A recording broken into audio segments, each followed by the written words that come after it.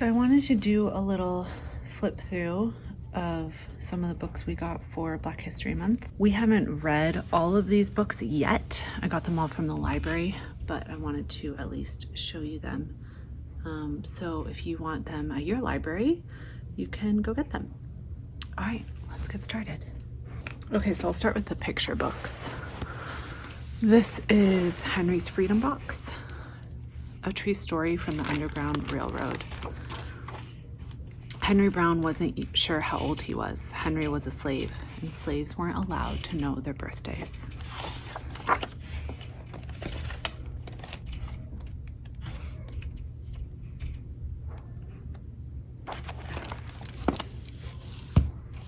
This is The Story of Ruby Bridges by Robert Coles. Please, God, try to forgive those people, because even if they say those bad things, they don't know what they're doing.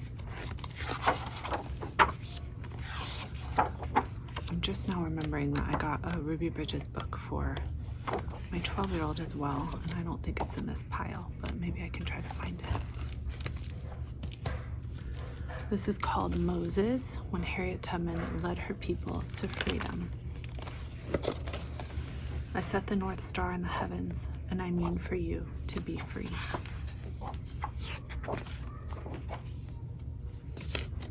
There's a forward, it looks like that's explaining a bit.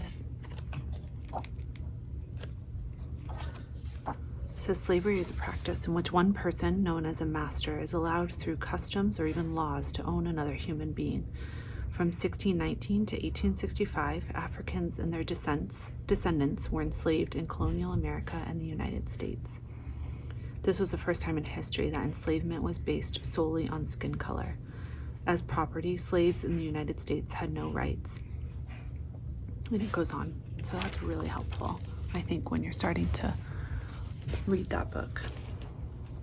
Really, any of them, that might be a great place to start. So we have a couple books about Mlk Junior and all the work that he did,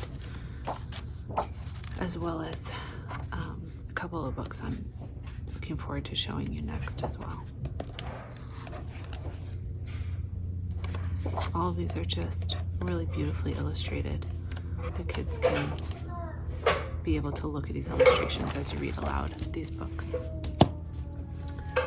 This is called The Youngest Marcher, the story of Audrey Faye Hendricks, a young civil rights activist.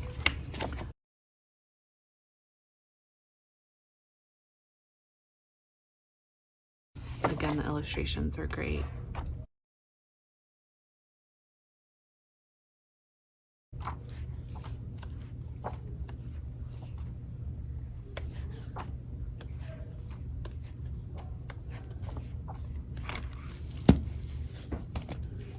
This one is called Let the Children March. May 1963, Birmingham, Alabama. I couldn't play on the same playground as the white kids. I couldn't go to their schools. I couldn't drink from the water fountains. There were so many things I couldn't do.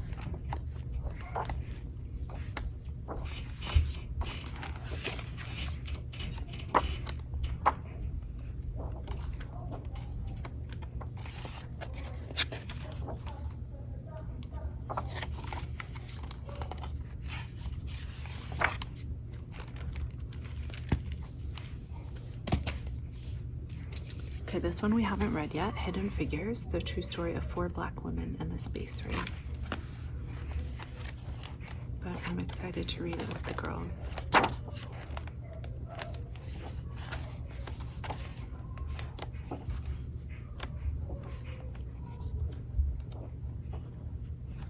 one looks really good.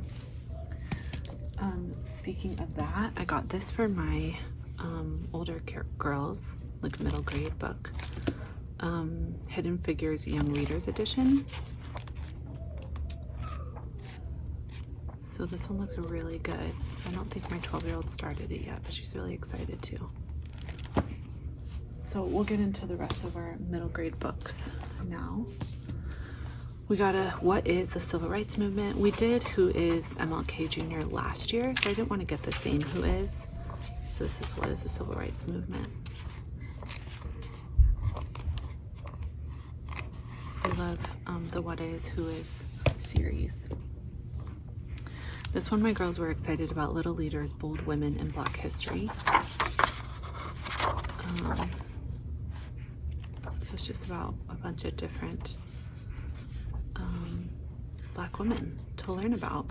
I just think it's so cool to learn about these women and all they did for the world. It's so inspiring to read their stories. It like enlivens, helps you to dream in your own life as well. For my daughters. Okay. This, my daughter loves Stella by Starlight.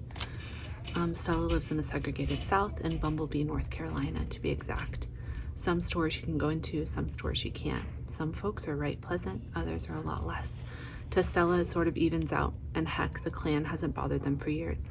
But one late night, later than she had ever been up, much less wandering around outside, Stella and her little brother see something that they're never supposed to see. Something that is a first flicker of change to come, change not welcome by any stretch of the imagination. As Stella's community, her world, is upended, she decides to fight fire with fire and learns that ashes don't necessarily signify an end. My 12-year-old really enjoyed this book. Just learned a lot about this historical fiction. So learned a lot just about the history of this time, and I love her being able to read from a child's perspective. Just how she might have felt at the time. So this one she would highly recommend, and we just really like this author, Sharon M. Draper. We liked the book Out of My Mind, and we actually just got her other book, Out of My Heart, I think it's called. Okay, this one is called It All Comes Down to This. I don't think she's read this one yet. 1965 in Los Angeles. So another historical fiction book.